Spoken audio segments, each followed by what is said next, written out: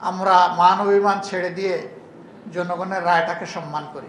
মান অভিমান ভুলে জনগণের রায়কে সম্মান জানানোর আহ্বান জানিয়ে বক্তা বলেন, জনগণের সিদ্ধান্তকে সম্মান জানানো হলে সংসদের মর্যাদাও অক্ষুণ্ণ থাকবে।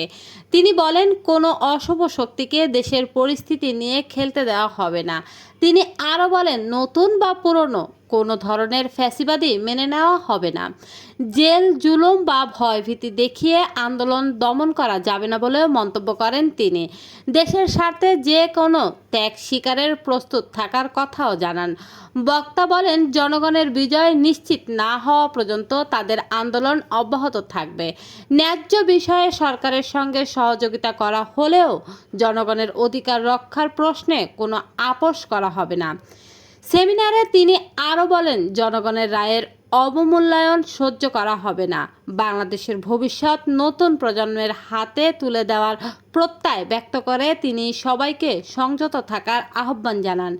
একই সঙ্গে সতর্ক করে বলেন, সংযম হারালে জনগণের প্রবল প্রতিক্রিয়ার মুখে পরিস্থিতি ভিন্ন দিকে মোড় নিতে পারে। লিমা আক্তার, স্বাধীন নিউজ।